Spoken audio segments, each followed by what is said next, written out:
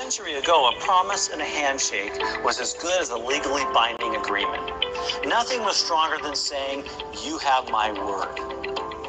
There was a sacred quality to one's word that was not taken as lightly as it is today. Back then, breaking a promise was no small transgression. Today, talk is cheap and a promise is not necessarily a promise. We often think that ethics has to do with actions, but it's also about words. Business is about keeping promises. I'll call you tomorrow. The project will be done by next Friday.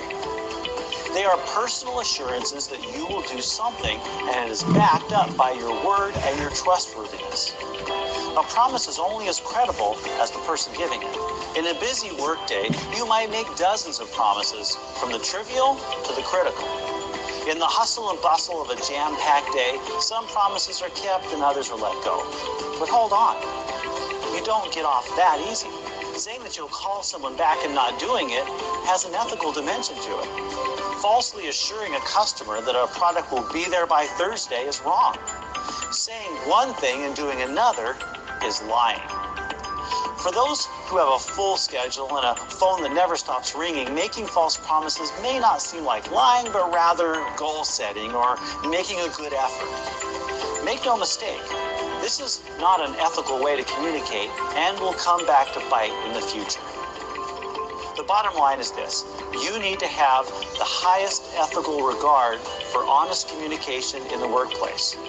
No excuses or backpedaling, but a grounded principle that what comes out of your mouth is what you really mean. Your trust in the person behind the business transaction may often be more important than all the money involved. There's nothing more important to your success than this well-known motto, say what you mean and mean what you say. It's ethical, it's honest, and it's the right thing to do.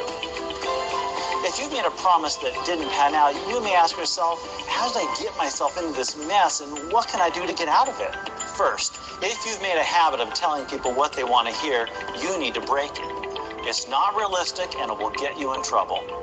Take the issue seriously, call it lying, and resolve that you will not do it.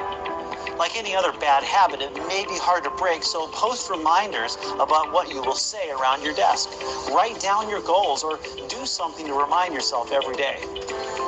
Next, prepare yourself by rehearsing what you will say when you have the urge to tell the other party what he or she wants to hear. Say the phrase, "to be honest," before you start explaining circumstances, and tell it straight. If there's any uncertainty, be upfront about it. The key to ethical communication is clarity. Whatever the reason, you need to be as clear as possible with the words that leave your lips. Remember that your words have meaning. People take what you say at face value. Being clear in what you say doesn't just make you look more intelligent and in tune with the situation.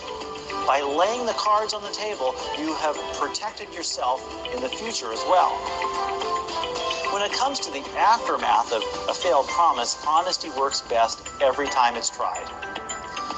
You communicate volumes about your ethical character by how you respond after you've blown it. There's a lot of power in an apology and a willingness to take responsibility and in making things right. Even in the little things, such as forgetting to return a call or show up for a meeting, apologize without excuses. If you feel the urge to start making excuses, bite your lip and learn to take whatever comes. Imagine if you were transported to the past and found yourself standing in a field negotiating a land swap or a tool sale. Would a handshake and your word count for much? Would your words be as trustworthy as today's legally binding notarized agreements? Luckily, breaking promises may not get you run out of town on the rail, but it comes close.